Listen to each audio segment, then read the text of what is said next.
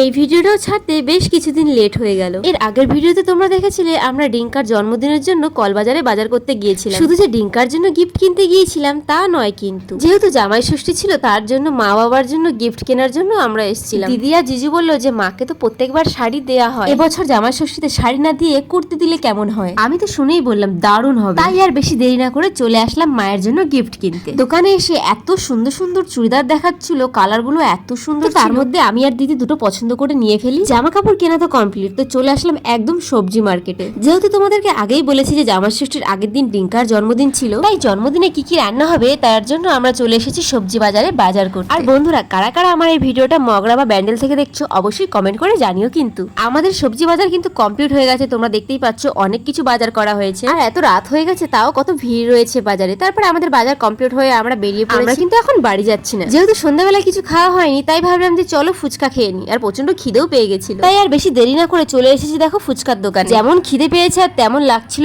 গরম। আর guys please তোমরা কোনো কিছু মনে করো না, ভিডিওটা ছাড়তে ছাড়তে একটু লেট হয়ে গেল। তো চলো, আমি তো গেলাম ফুচকা খেতে। তোমরা কি এখনো ভিডিওটাকে লাইক করেছো? লাইক না করলে তাদের ছোটপাট গিয়ে লাইক